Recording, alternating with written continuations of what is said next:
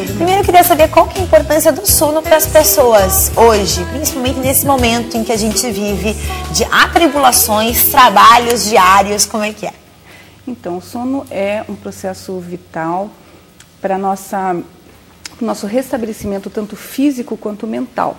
Então, quando a gente começa a dormir, a gente entra num processo de relaxamento muscular e esse processo de relaxamento faz com que no outro dia nós estejamos prontos para a próxima jornada. E durante o sono também ocorre a fixação da memória, então a gente consegue fazer metabolizar e computar, digamos assim, todas aquelas informações que a gente obteve naquele dia durante a noite. Então, por esse motivo, nos distúrbios do sono, os sintomas sempre são cansaço, sonolência, déficit de atenção e de memória, que são processos que não ocorreram durante uma boa noite de sono. Certo, agora a questão é o que interfere no sono das pessoas, porque existem vários tipos, na verdade, aí tem as pessoas que dormem durante a noite e as pessoas que trabalham durante a noite. Quais são essas diferenças e as dificuldades de cada grupo? Então, os distúrbios do sono, intrínsecos do sono, são vários, são descritos 84. Então, geralmente a gente pode, assim, os mais comuns são na infância, as movimentações anormais, bruxismo, sonambulismo, durante a fase adulta. O bruxismo é um distúrbio de movimento, onde a gente, ao invés de ter um relaxamento muscular, que seria característico do sono, nós apertamos ou chegamos até a ranger, às vezes até fazendo barulho com as arcadas dentárias, com os dentes. Isso causa uma série de problemas, seja dores musculares, dores de cabeça, desgaste nos dentes, problemas gengivais. Então, geralmente, quem descobre isso é o dentista, porque, obviamente, a gente está dormindo, né? E eventualmente, o neurologista na pesquisa de dores de cabeça crônicas.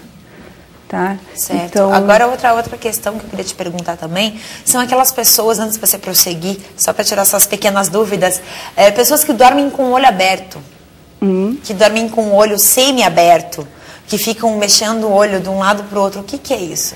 Então, não fechar completamente a pálpebra não é nenhuma doença, tá? Isso é característico da pessoa. Tá?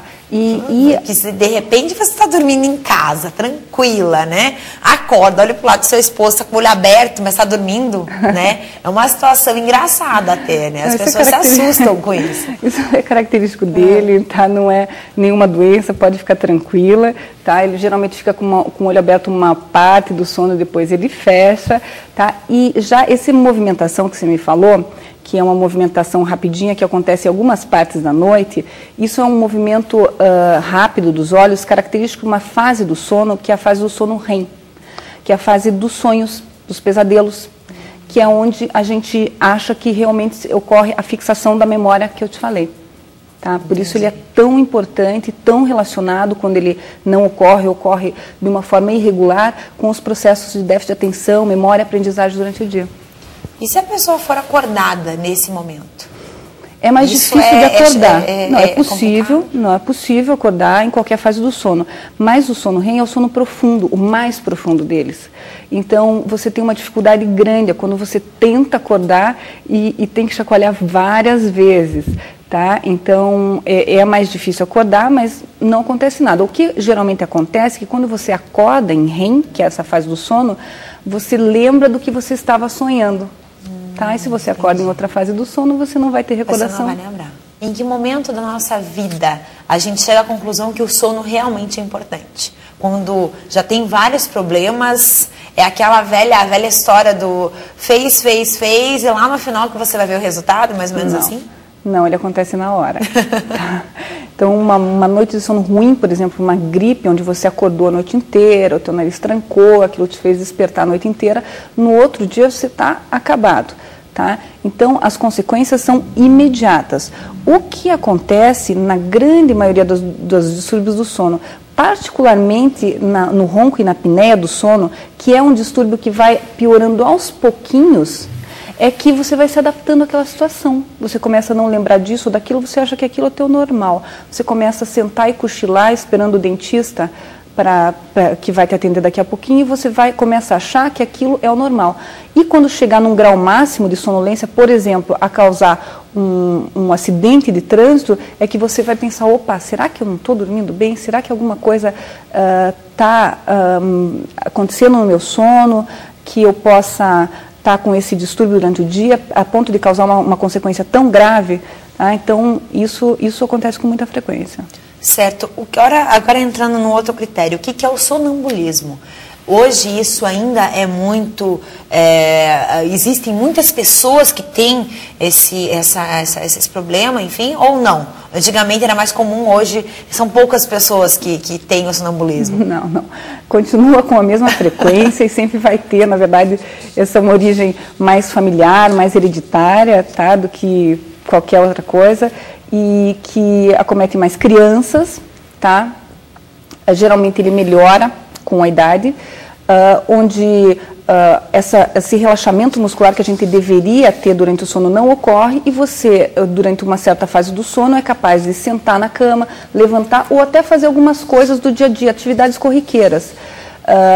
E isso geralmente não coloca ninguém em perigo. Tá, o sonâmbulo geralmente ele é muito bonzinho, ele geralmente volta para a cama dele bem querido. Ah, é? Tá, Então, não precisa arrastar ninguém de volta para a cama. Não precisa arrastar, você pode gentilmente orientá-lo de volta, principalmente quando ele está querendo abrir a porta e sair para fora de casa, tá, o que é raro de acontecer, mas pode. Tá?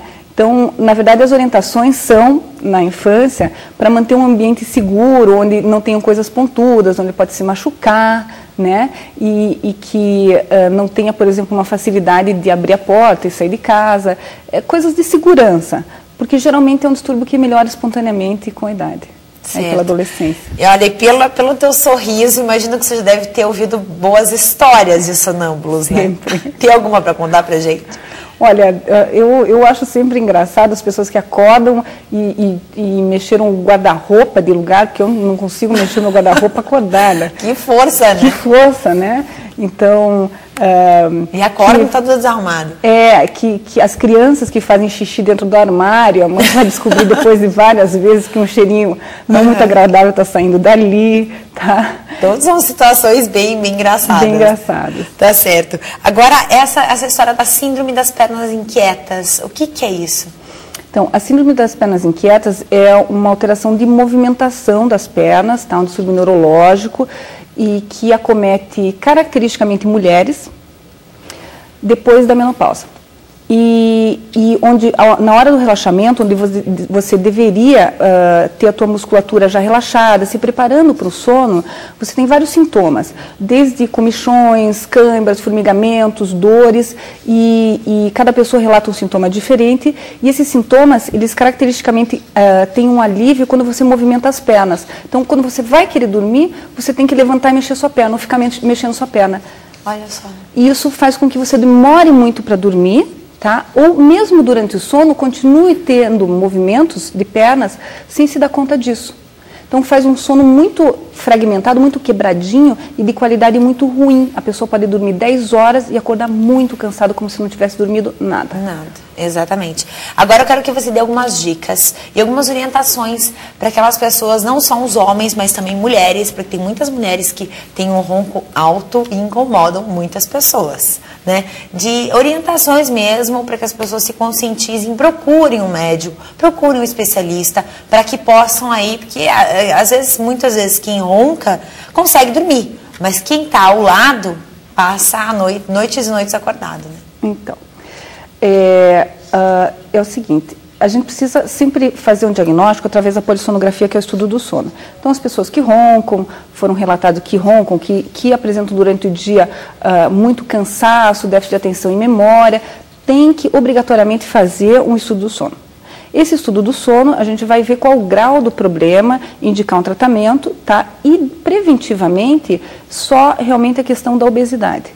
A obesidade é muito associada com a apneia do sono, então assim, o fato de fazer exercício físico, emagrecer, não ingerir comidas pesadas próximo da hora de dormir, não ingerir álcool próximo da hora de dormir, tá? Facilita muito, melhora muito a situação, tá? Mas realmente em alguns casos acabam precisando de um tratamento mais adequado para a sua patologia específica.